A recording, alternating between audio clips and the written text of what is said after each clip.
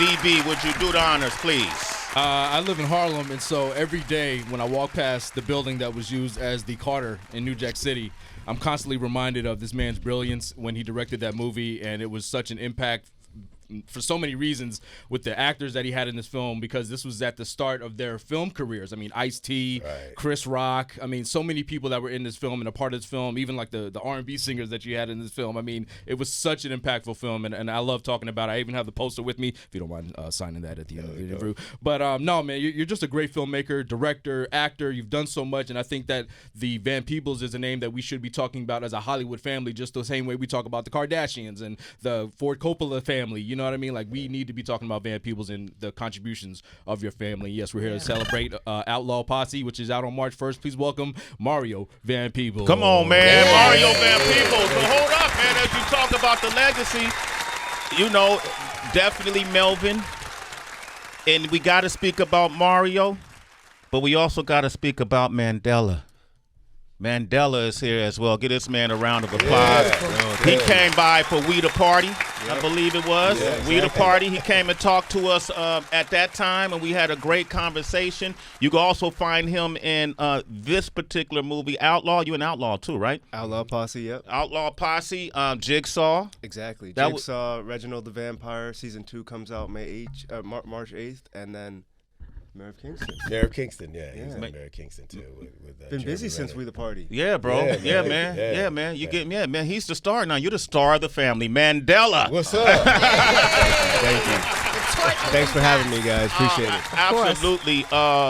Mario, is always great to see you, man. My partner in crime that I started in the business with, we've known each other since high school, King Tech. Was a music director for the Wu-Tang Clan saga on Hulu, right? And you know, Mandela was on the Wu-Tang as well. I know all of this. Because Riz is our brother. Yes. That's what we have that in common. Riz's son grew up with my nephew, King Tech's son, and all they kept talking about is, I said, man, what was Mario like? Yeah, man, dude, the dude made us do planks. I said, well, he made us do planks on the set. Get that chord right. Well, I was like, was that a prereq? It wasn't a prereq, but he made you feel guilty if you didn't do planks, because Mario is obviously our senior, but he looks better than us. Yeah. Right? That's true. You had dudes doing planks? Yeah, man, because because you know what, we want to keep it all together. The body, the mind, it's all connected. Yeah. And I don't want to look like a lazy ass director, right? So when I'm on the set directing, I still like to make my actors get up with me if they'll do it, and often they will, and do pull-ups, do planks, do push-ups. Did you do your push-ups today? Yeah. Nope. So we drop down and get it. You'll see us in the green room. You know, it's just like that's how you do it. Otherwise, really, you don't get to the gym often. You know, especially when you're traveling, doing touring stuff. And my daddy always said he could lie about going to the gym, but he can't lie about there's always a floor. Yep. There's always a floor. So if you got a floor in 5 minutes, go ahead and get you a set.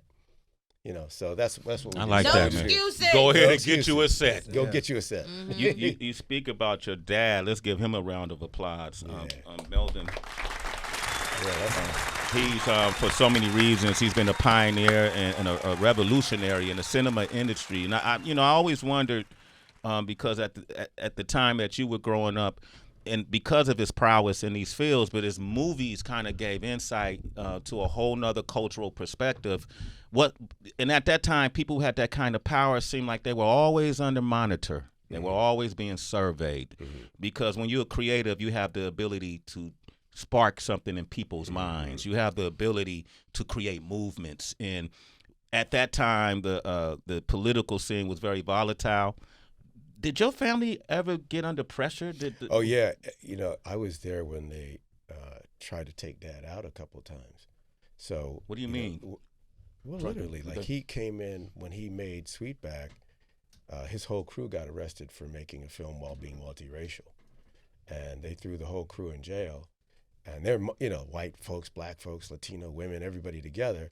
And they figured with a name like Melvin Van Peebles, he probably was a Dutch aristocrat. So he couldn't go down there with his black ass and bail them out directly. So he had to go down there, and they had to figure out how to get them out and what to do. But I saw him, and then he broke the unions because the unions were all white male. You know, you didn't see like what you all have right here. Yeah. That didn't exist. You know, and what's beautiful is now we can make a movie, but y'all give us a voice. If you don't hold that microphone up, you know, we can't get on the mic. On the other hand, when you do hold the mic up, we got to have something to say. You got to have something to say. You got to have something to say. If you just become, you know, if you just become like the people who would buy and sell you as a people, what have you become? So you have to look critically around you. Go, oh, wait a minute. They've been telling us Columbus discovered America, but there was already Native Americans here. That's like me discovering your car and putting my flag on it. Yeah. And so Melvin always looked at things with clear eyes. You know, Dad. One of the things I miss about not having my pop in my life is we had such great conversations. Like we were talking about, you know, the modern day colonizer doesn't put chains on your body; the chains are on your mind. And the first way to really free your mind is to take control of your own imagery, the image of what you see. And what you're doing with radio, take control of the image of what you hear. Do you know what I mean? And once you have sense talking to you, you still can have that beat. We still need the beat. We still auditory people. We still need that drum. You still got to entertain them. When I made Outlaw Posse with Mandela, I said, we're not preaching. We're entertaining, but we making edutainment. Edutainment. You know, so give them something fun, give them some drama, and that's natural. And that's the kind of filmmaker I am. But I still want to give you some nutritional value, too, because we got to keep growing as a people. We got to talk about that Outlaw that's Posse. what Daddy brought. That's what I love that, man. I'm wondering for you, Mandela, the name is royalty. This name is royalty. It's what the Jacksons are in the music scene. You know, it's what the Wayans are in the comedy scene. And it's what the Van Peebles are in the film industry. And it carried weight. It had nothing to do with you. Tell me about it. The success had nothing to do with That's you. real. But do you carry? What do you carry when you enter your roles and when you enter your projects in relation to your name?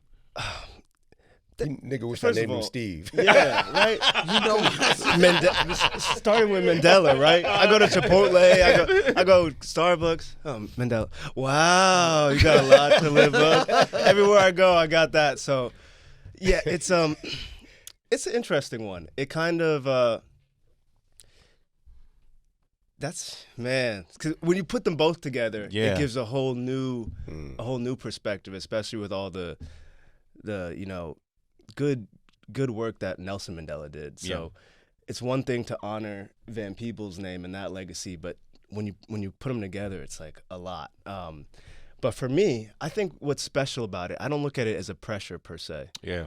I kind of see it as a library I can tap into, a resource I can kind of tap into. I have mentors in the family. I can, and what's great is I know he's pretty old, but he remembers a lot, you know? So he could tell me stories from granddad or different times where he's faced a challenge or granddad helped him with something, and I think that's really special, and hopefully some of his stories and all of that goes on through us to the next generation. But I think it's less of a pressure and more of a desire to kind of add my mark to the name, to the legacy, Yeah, right? yeah. I love it, man. Mario Van Peebles is here. His son Mandela is here as well. Did your dad give you advice on relationship? What kind of thing did he tell you about love? Yeah, we Be don't honest. tell you. Be honest, though. Honestly, so how our family is, we got a big family and we love with big long arms. So my relationship with love isn't just, you know, guy, girl. It's more so loving everybody. So the whole aspect of what we even this, we're lucky enough to sit down here with you, talk about a project we got to do together. So Yeah, that's beautiful. going back to the 3 loves in your life, you know, you got love what you do. So I get to work with my dad. I get to act and create a world that affects our world in real life, but through make believe. So that's crazy. Loving what I do, loving who I do it with. I get to do it with my pops. That's beautiful, bro. I get to do it with my sister. So we have a family where we get to work together, and it's awesome. And then loving what you say with it, the message. Look at this guy. He got to record you saying this It's because he beautiful. Because he can play it back. And he just learned how to work his phone. So. That part. He's a filmmaker. Don't say that, man. God. Don't say that. Doing me like that. Crazy. Go ahead. Continue. I love it. Yeah, but also doing what you love, doing doing it with people you love and loving what you say with the work you do. So I'm not the best with relationships. You know, this industry, we travel a lot, and it's hard to man. Yeah. That love shit is not easy, but when it comes to family, we got some love here, and that's why working with him is always a really good time, especially when we get to kind of project that love on camera, because sometimes when we work together, he's behind the camera, and if we do get the chance to act in the same film together, you don't get to play your son or your dad in the actual. In Outlaw Posse, we do. Y'all play son and dad. Father and son. So we don't have to fake the love. We don't have to fake the love. We don't have to fake the conflict. There's real things that we can pull from to influence those scenes, and I think it made a difference. Wow. Black love being represented right here in a whole different format, right? Yes. I like that. Well, to that, let me just add to that, because that's a real key thing. What you just said is that there's a line when what happens is at a certain point, our horses go missing. I may give you a little bit of insight as to why that is. And we have to hitch a ride.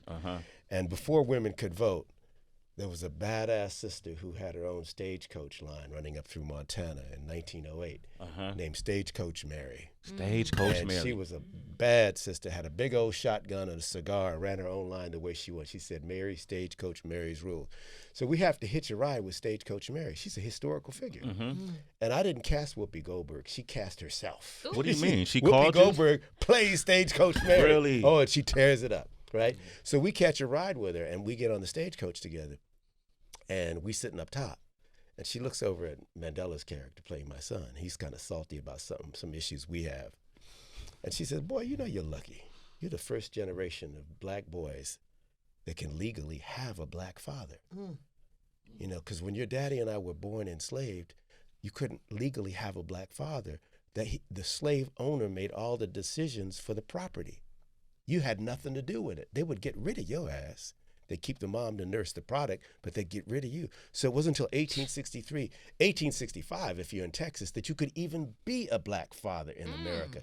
So when you look at the Van Peebles family lineage, we haven't had that long to get our daddy game on. You know, so it takes a couple generations to get your dedication. You feel me? Dedication. You know what I'm saying? So we've had that. We've had a strong line. My grandfather put my dad to work when he was 8 years old in Chicago. My daddy then put me to work, and I'm working with my son. But even if we're not in the same business, we're learning work ethic. And we're learning also that good allies, in fact, come in all colors. You know, if you just serving your own thing, then you're leaving a lot of money on the table. You know, so when you figure out how to bring other people, engage other people, some of my producers don't look like me. Some of them don't vote like me. But can I bring out the best in them? And if I can, leave the rest of that, bring it together, and make a movie. I love that, You know man. Mario Van Peebles. You weren't. It wasn't legal to be a black dad till what Think year? about 1863, Emancipation Proclamation. Yep. Exactly. So in the course of this Western, you hear some information that we don't usually hear. And then Whoopi turns to me and she says, so listen, what about you? You remember your daddy? And my character chief says, yeah. They hung him for trying to teach me to read. Then they told me to call some old white priest father. And they told me to call the slave owner master, and said by law, I had to take the master's last name. So I knew with all them bullshit laws, I was going to grow up to be an outlaw for sure. And that's why it's called Outlaw Posse. Mario Van Peebles, man. We're going to come back. Let's open up these phone lines. Hey, listen, open up. Hey, you want to talk to Mario Van Peebles or his son, Mandela? And we're going to talk more about this movie, Outlaw Posse, which is set to release March 1st. We have an icon up in here. Yes, we do. 888. And listen, I only want people with great questions. 888-742-3345. Sway in the morning with Heather B. Tracy G. We got Mario Van Peebles is here with us, the icon walking. Yes. His son Mandela is with us. He still got a lot of journey to go before we call him a icon. He got work to do. But he's on his path. Outlaw Posse is the name of this upcoming Western film. It's set to release on March the 1st. I've always been a Western fan until I got older, and some of the Western stars would do things offset that when I would look at their movies, it didn't feel the same. Right. You know what I mean? Right. Because of who they were as individuals. Right. You know, but as I was growing up, The Good, the Bad, the Ugly, The Shootist, all these different Western films that I used to watch, I always wondered where we were. Right.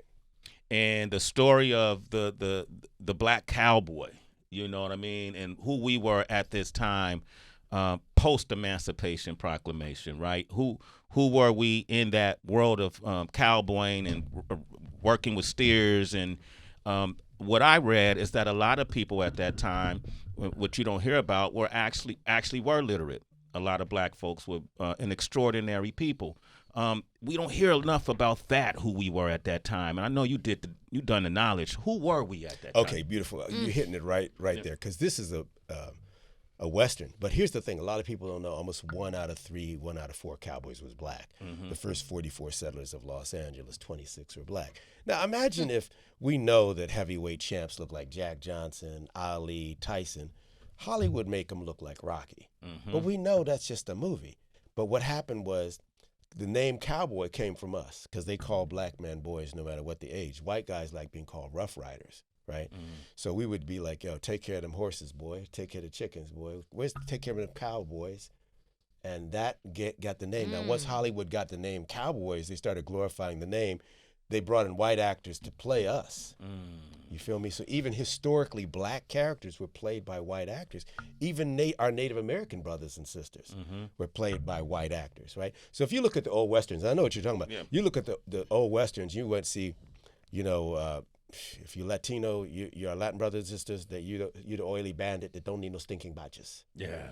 If you're Chinese, you're the deferential houseboy Hop Sing. Do you know what I mean? If you're a woman, you're pale and frail and need rescuing. And if your only good engine is a dead engine. And if you're a brother, you're shuffling and scared. But the reality was, we was out there kicking ass in the West. In fact, when I did Heartbreak Ridge with Clint Eastwood, we talked about that. And that's why he put Morgan Freeman in Unforgiven. Do you know what I mean? Because it's like literally 1 out of 3 cowboys was black. So what I'm doing with Outlaw Posse, because I mix it up, I'm painting with all the colors, is actually historically more accurate.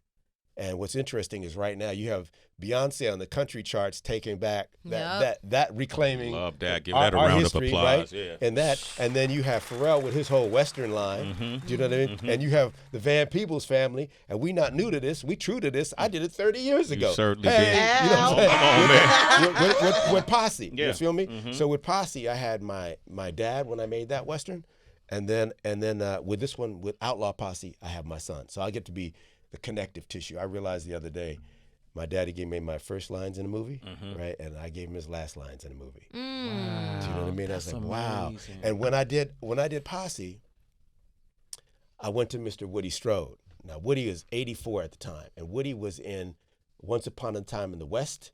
He was in Sergeant Rutledge. This was the first bad brother who didn't shuffle in a Western. I said, I gotta have Woody Strode start my movie. So I called him up. He was 84, still great looking, regal brother. And I said, Mr. Strode, would you please consider being in my Western? And he said, well, son, I've done Westerns. I know what he's thinking, but I'm not really interested in those anymore. I said, sir, this is a little different. Could you just read a few pages? So he said, all right, send it to me. So I sent him the movie. And the opening of the movie says, history's a funny thing. They got you believing Columbus discovered America. But there was already people here. That's like me planting my flag on the hood of your car and saying, I discovered your car. And I'm going to call you Evil Red Savage if you don't get out your car quick enough. So Woody Strode called me back. He said, son, are they going to let you say all this? And I said, sir, in this particular case, I am the they. And then he said, well, he said, then I am in. And that's how that happened. So I had Woody Strode from the 50s, the Posse of the 50s. From the Posse of the 70s, I had Isaac Hayes, Pam Grier, Melvin Van Peebles, Lawrence Cook, on and on and on. And then the Posse of the 90s, I had Tone Loc, Big Daddy Kane, Blair Underwood, Sally Richardson.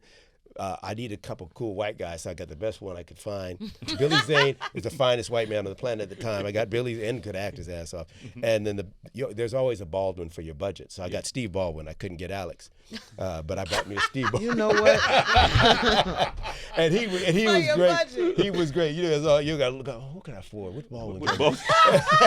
and we mix it up because in my own family we got all the flavors. Yeah. I even got a trumper. I got a trumper. I thought he was gonna call me the Budget Mario. You the budget, you you are with them. No, You are. but for Outlaw Posse, who told who we got? We We got big DC okay. Young Fly. So DC yeah. Young Fly. Salute. Yeah. We was just talking about him this morning. Young Fly. We've got some heavy hitters. We got Whoopi Cedric the Goldberg, Entertainer's in Cedric it. the Entertainer, Edward James Olmos. Oh, Man, got Edward John James. Carroll Lynch, Yeah, Neil McDonough. Cam Gigante from Twilight. Yeah, We got yeah. all kind of people. in Yeah, there. so we mixed it up, dope. and some badass sisters, because there were some badass women in the West. So this time around, you see that. So I figured like half of America's watching Fox News, fake news, whatever, and half of us are watching MSNBC, CNN, whatever. We're a little divided, Yeah. no doubt. But we've been more divided before, brother. We have, and we overcame it. And I figured like if we can get everyone to come see a Western, have a beer, bring your expectations down low, and go out and catch it. Now you got to ask your theater for it because we're not but because I made it independently. I wanted it to be, if you take studio money, you got to do the studio line. yeah. And I'm not going to dumb it down. Okay. I'm not going to water it down at all. So we give it to you straight. And so when you do that, the good news is you make the movie you want. The bad news is you don't have the big billboards. So people got to know, ask for Outlaw Posse. Go to your movie theater, just like anything else. Say, are you showing it? And they will put it up. Let me do this. I need callers to call up, and I want you to ask movie theaters to make sure they film, they provide Outlaw Posse in their theaters. Yes. I'm gonna go to Oakland. Robert is in Oakland. Rob, what up? Hey, Rob. Good morning, good morning, good morning. What up? Hey, Rob, Grand Lake the Grand Lake Theater. That's a perfect place to be carrying this movie in Oakland, right by Lake. You know where that is, right by Lake Merritt. So you got to go to the Grand. Right? Where else? Making Moves Motorcycle Club has been putting on a lot of different events for black movies in Oakland at the Grand Lake Theater, Nice. such as Raconda and various movies. That's black movies Beautiful. coming to Oakland at the Grand Lake Theater. So that's perfect, Sway. Yeah, Very and we perfect. vote with our voice and our money. You know what I mean? And people listen. sir. People listen to us. So if enough of us ask for it, it'll happen. It'll happen. So Word. Rob, you Yeah. got to get people in Oakland, call the Grand Lake Theater if you're in the Bay Area, and ask them to carry Outlaw Posse. What's your question, real quick, Rob? Go ahead. Hey, Mario, I've been following you for years. You and your dad, may he rest in peace. But I've been following you guys. When are you coming back to the Bay to add some of the artists that's here? Because, you got Delroy Lindo who lives here. Yeah. You got Well, other various, Listen, that's a great question, my brother.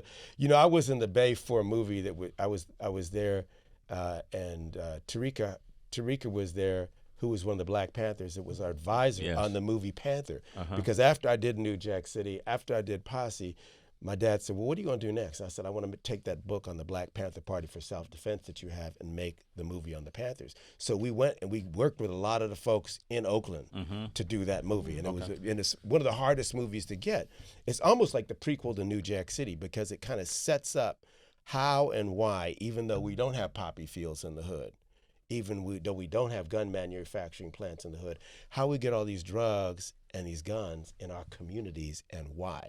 And the minute you follow the money chain, the money very quickly leaves black hands and goes to someone else. It's not an accident that they let our communities be medicated. Now, of course, my dad and I knew when we made it, that would be a very controversial thing to say and do.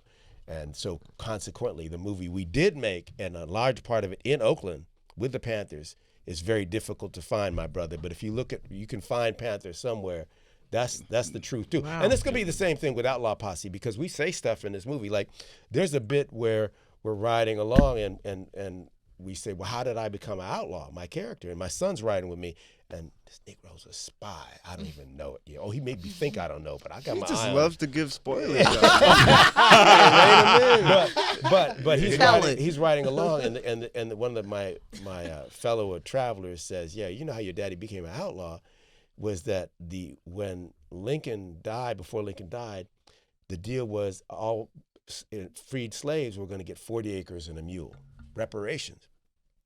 When Lincoln died, the next dude said no, he gave the reparations money to the white slave owners for losing their slaves. So they put the reparations money towards the white folks and didn't give it to us. And he said, that's when your daddy started robbing banks to get reparations for his people. And that's when he starts to realize, oh, sweat, my dad ain't just robbing banks for nothing. He's getting his own reparations and doing what Lincoln would have done. And we say in the movie, listen, slavery was legal. Not letting women vote was legal, right? Jim Crow was legal. When the laws are unjust, the just are outlaws. And then you come with your outlaw posse. Yeah. Damn, another bar right there. Bars, You've been hanging out son. with a lot of rappers, Mario. I see what you're doing, man. Hey, Rob, thanks for your question. You're a citizen, A man. sway in the morning. All right, Tracy, you got a question? Yeah, absolutely. Mario, you are just to the brim with so much game around history, obviously directing, obviously acting. Mandela, it makes me wonder, has your dad shared any advice that has helped you to bypass some challenges in your life? Could you give an example? Especially in this career field. To bypass some challenges. That's a good one. That's a good question. I would say not so much bypass. He's not very much of a give you the fast pass or the Right. easy route kind of guy. But he loves being a dad, and that's one of his favorite things. So if you come to him as a son and ask for some help or ask for some advice, he's a busy guy, but he'll make time. Whether my audition is for something small and he's got a million other things, he'll try to make time and at least look over my tapes and say which ones he felt were stronger or why. So there's different areas where I wouldn't say it's a fast pass or any kind of trickery, but it is kind of. I will say this: it does help to be around him because he is a writer. So if I can inception him and plant little ideas of what characters I want to play or what movies I want him to make, it's kind of, you can kind of do that, but that's real meta. You really gotta. I love the meta. Yeah, Wow, man. It's funny how we're still learning about each other as men. The evolution goes on.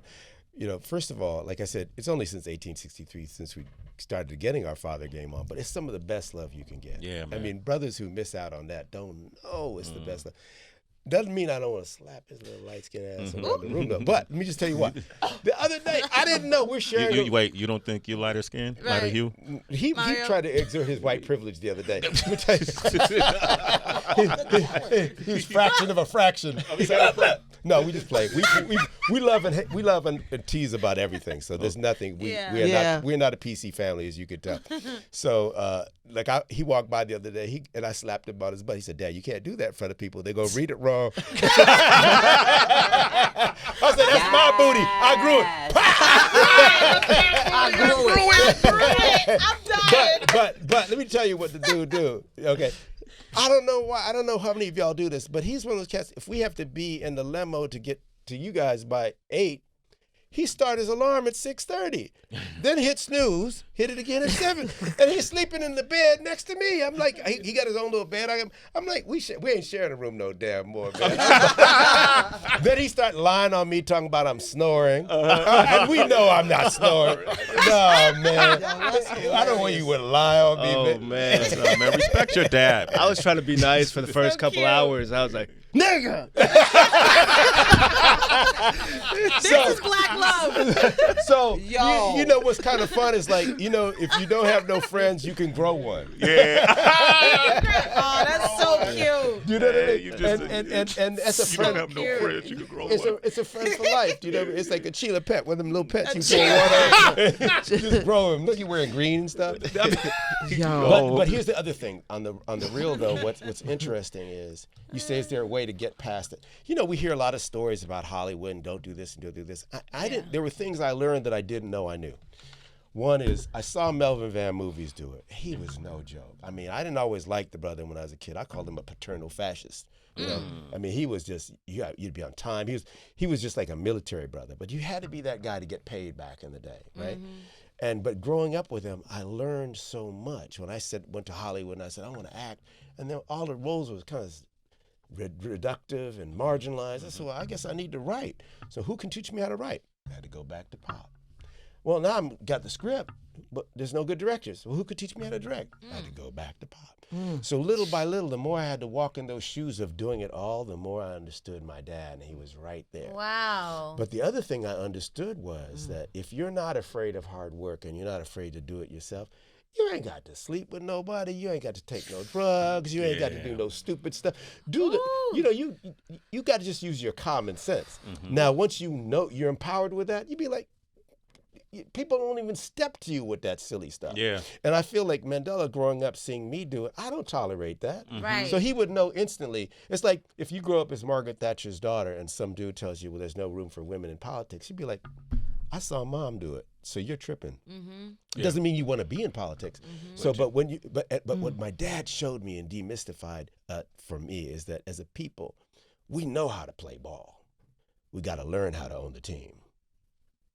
Right? There you go, rapping. You know, you know how to act. You got to learn how to direct, produce, and do the business stuff, and that's the real value. You know, and when you understand that, and you understand how to enlist the power of others when you ain't got power in the game. Yeah. One thing my dad did. So my dad worked for my grandfather in Chicago. My granddad had a tailor shop. And my grandfather put my daddy to work when he was 8 years old. And we wouldn't pay him in cash. He'd pay him in old clothes. My dad said, just give me some money, please, man. He was a little skinny black kid outside Chicago. He had to pull a wagon of old clothes that people left at the tailor shop down the street and sell them. And people would flip his wagon over, whoop his ass, take his clothes. Until he learned how to give the gangster some free stuff to protect him from the bullies while he sold clothes to the winos. See, you gotta learn how to do this to get with that. Go, oh, that's how we do it. So it's not that Mandela gets a fast pass, but he learns from that. How, okay, what's this dude's agenda? Well, he wants to meet chicks. Okay, so we know what that is. This guy over here, what's he want? He wants to just look powerful and drive a long car. What about her agenda? She just wants to make good film. Now you got to work with all these people. You're not gonna find perfect people. It's your ability to bring out the good in others. People got to love two things about you. They got to love who you are and who they are when they are with you. So the dude that wants chicks, I make him feel like he's the hottest thing in the room. I'm like his wingman as far as he's concerned. The one that wants the long car, we talk about how much money this is gonna make. The sister that wants to just make a good movie, we talk about the nutritional value. And my son gets to see it all. So he don't even know what he's learning. Wow. Yeah. Mario Van Peebles, I have to take one caller, and this is such an amazing conversation. Wow. Because this guy's been holding since Nah, eight. you don't even know. You're landing and it's like it's a lot of affirmation, confirmation. I'm gonna say it after this call. Okay. I'm gonna tell. Okay, you gonna tell? I'm gonna tell. Okay, we'll take this caller. He's been holding for 3 hours. This is who we got on the line right now. Who that? Ring the damn bell. Ring it. Run it back. It's a family member. We met on air, but now he's family. So Gotcha. just Terry from L.A. T, What's up, man? T? What up, fam? I see you got him up in the house, huh? Yeah. You know what it is. Hey, we only deal with royalty. Well, he is royalty. So, Mario. Yes, sir. Congratulations on your success and everything that your family done. I'm old school, so everything your daddy made, I've been to. But I know we got short time, so let me just ask you this. If you remember 1984, we met at an Uncle Jim's Army concert at the L.A. Sports Arena. We took pictures with everybody. Did you know that at that time, Ice-T was there performing? Oh, yeah. How ironic is it that you guys wound up doing New Jack City after that? Because that was when breakdance was first introduced. That's when hip-hop was first done on the stage. And you were at that concert backstage with us. We took a gang of pictures. You took some pictures with a gang of the homies. I think out of the 25 pictures you took with all the homies, 10 are still alive. But how ironic your career around. Yeah, the trip to that is, when I first met Ice, I was thinking about casting New Jack City. Remember, I had been acting mostly, right? People just knew me as an actor. So I was at a club, and I went into the bathroom, and I hear this dude talking in the bathroom. And he sounded like ghetto gothic, like Negro Shakespeare. I was like, who is this? And he was in. I was in the bathroom and I heard him saying, "Man, if you could open up my system and see one molecule of my entire body that gave a shit." I was like, who? Wow. Who said? I came out. It was Ice-T. I said, oh, I got to have that authenticity in my film. So he went over. He was talking to a bunch of girls. So I came over to him. I think I was just trying to get an intro to the ladies. And I said, brother, you got to come in on my movie. And I think he thought he was coming in for the gangster. Oh. He had a song coming out called Cop Killer. He wasn't particularly a fan of cops. That's right. And I said, no, you got to bring that street authenticity. Get rid of this. He had some kind of scary curls type press on his hair. So we got to lose that stuff. and figured it out. And I said, we brought him in and did him up right. And he played the heck out of it.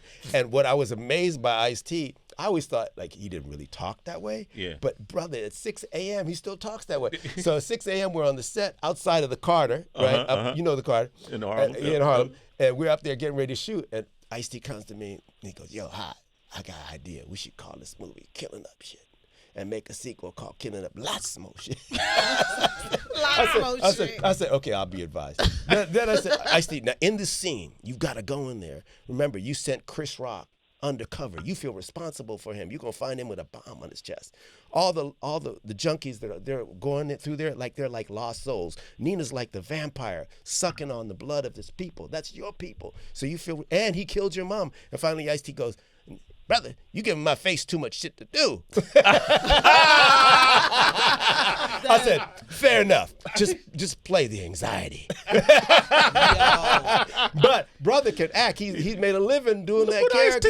Ice-T, and he's one of the smartest people. That brother is so smart. Yeah. A great work ethic. Yes. He is no joke, man. Ice-T, man. Salute to Ice-T. Terry from L.A., I'm glad you got to make that connection, brother. I appreciate you, all right? Bam Bam. All right. I love y'all, man. And ring the damn bell, homie. Ring it. Man. All right, listen, Good man. question, brother. Thank you. Yes. Man, I want to thank you, both of you, Mandela. It's always great to see you. You're a thank you, beautiful man. individual. Yes. And you, man, you're very fortunate to have this man as your father, and the legacy that your family holds, and continued success for you. And I'm glad you got the tutelage that's going to help keep you. You know what I mean? I appreciate you making time for us and reminding me. Yeah, this is good. This is good moments. And like you said, even some of those other times we've been on the show together, those are special too. So I'm glad we got to do it You know again. what'd be dope is at the end, save all those moments, because one day we're going to add those up and you'll just see the passage of time and how we grow as human beings. The same, if you're the same at 40 as you were at 20, then you didn't use those 20 years to grow much. Yeah. And hopefully they say every time you teach someone something, you take another step towards immortality. So, Wow. There you did. Mario Van Peebles, ladies and gentlemen. I got to hear what Sister got to say. Mandela Van Peebles. Heather, you want to say something? Wow. So Let's I go was in the show with this too. okay. All right. So I've been holding this since 1996. I came in for an audition, and I auditioned for you in front of you. It may have been for Gang in Blue, I'm thinking. And Boucher Wright was there. There were a lot of women there for this particular role. And I was unprepared. I remember walking into the room, and you were there with two, it was a white female and a white male, and you were sitting in the middle, and I had on a Ralph Lauren t-shirt. And I walked in, and he was like, Ralph Lauren? I was like, yeah, I just put on a t-shirt. And he was like, did you read? I was like, well, I had a show last night. I'm kind of not prepared. And I was fumbling through the lines. And I walked out of there feeling this small. That was the last time I saw you. But it taught me such a valuable lesson about work ethic. Right. I have never shown up unprepared ever again in my life. Right. And it was just by your face, how you looked at me. And I was like, I have no excuse. Right. And you held me accountable for that. Right. And it stayed with me since 1996. Right. So I thank you today for my work ethic.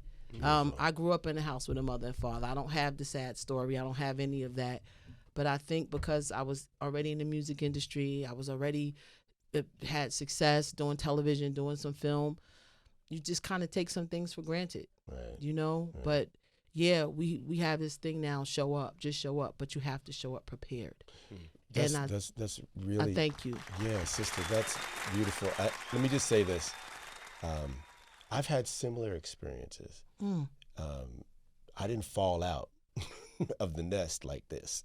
You know what I mean? I had to get some bumps and some scrapes. Absolutely. And my dad, early on when I was one of the things he said, your job right now is to be the best student possible. So I went to school in New York. I went to Columbia University. I got a BA in economics because he said, we got to understand the money side of the equation because too many of us end up broke, right? So when I started getting back into the arts, he said, cool. He said, early to bed, early to rise, work like hell and advertise. Get out there and do your thing. Yeah. I'll come see you in any plays you get. So I was like, oh, he ain't going to help me? So he didn't. And I just started doing my thing. But one thing he did was he sent me to some auditions. And at these auditions, I saw Broadway people who Oh, could my dance and sing. I thought I could dance a little bit. Let me tell you, not. I was like, everyone's going one way in the audition, and I'm going the wrong way. You're like, oh, sweat. These people are prepared. And sometimes we make the mistake of not being our best, and not knowing that we may not get 3 strikes at the plate like they do. Do you know what I mean? It's not every day that you'll get to make a Western with people that look like us and show at the end that the real people in the West look like us. That takes some, not just luck, it takes, and here's the thing, you know, you can get lucky a couple times. You ain't gonna be flavor of the month for 30 40, years. 50 years. Right. You feel me? And when you talk about legacy, it's gotta be, you're talented, yes, but you show up ready and hard work, and that's such a valuable lesson. And if you got that, then that's great. And that's one of the things that I hope in Mandela is that when you're close to it, sometimes it looks easy. And we forget what an incredible opportunity is to just come here to see y'all, man. And you guys get up here and make it possible. People do radio, they don't know, man, you got to get up early. Oh, it's a whole different type of game. That's why this is so crazy for me, because the last time I saw you, I was coming to see you, and now you're a guest here at Sway Show. It's Coming just to see like you. this. Just God is just it's incredible. So Thank you. Thank you for that. But thank And- you. That's beautiful, man. And thank you for the other dope thing is a different soul, for real. A different soul could have taken a whole negative story or a spin on it. But your soul, your positive soul said, how do I learn from this? And sometimes situations that sting a little bit wind up teaching us. Sometimes people that wind up teaching us aren't in fact perfect teachers, but the message is gold. I've had people drop science on me that were flawed people and then go, well, wait a minute, but what they're saying is kind of dope. Do you know what I mean? So you have the strength to take away something positive and keep going. Someone else would, well, he thought this, I had to have a whole negative spin. You know, you can meet that kind of person too. I love You it. took it the right way. man. Took it the right way, Yeah. and then I'm gonna go ahead and add in because I'm like her self-proclaimed manager. Oh wow. Can she get another chance at a movie? Hey, Can Heather B get another chance? She's done movies since because of you. Okay. It's time. okay, let's do a little improv right now. Okay. Okay, let's do a little improv. Okay, you're a mother. Okay. Your son got put up for adoption years ago. Okay, you haven't seen him in years. He's on your radio show, but he doesn't know he's your son. Okay, but what you don't know is that he used to be a she and had a sex change. Because when you gave the baby away, you didn't know what it was. Now the son is played by him. Wait. Scene. Scene. I don't know if that came across my desk. I don't think I read for this Scene. part. Okay. We're good. And scene. That's it. All right. Okay. I give him some complexity to play on that. Say, okay, now wait a minute. You got the job. Scene. Even her face was like, what? What the Look, meanwhile, I'm pinching my hips so I can start crying with the tear coming down my And my son's looking at me like, wait a minute, I didn't see that. Right. I didn't see that. That wasn't in the script. He's like, hello. Hey, what an I love it. amazing Yes. morning. Big round of applause for our guest today.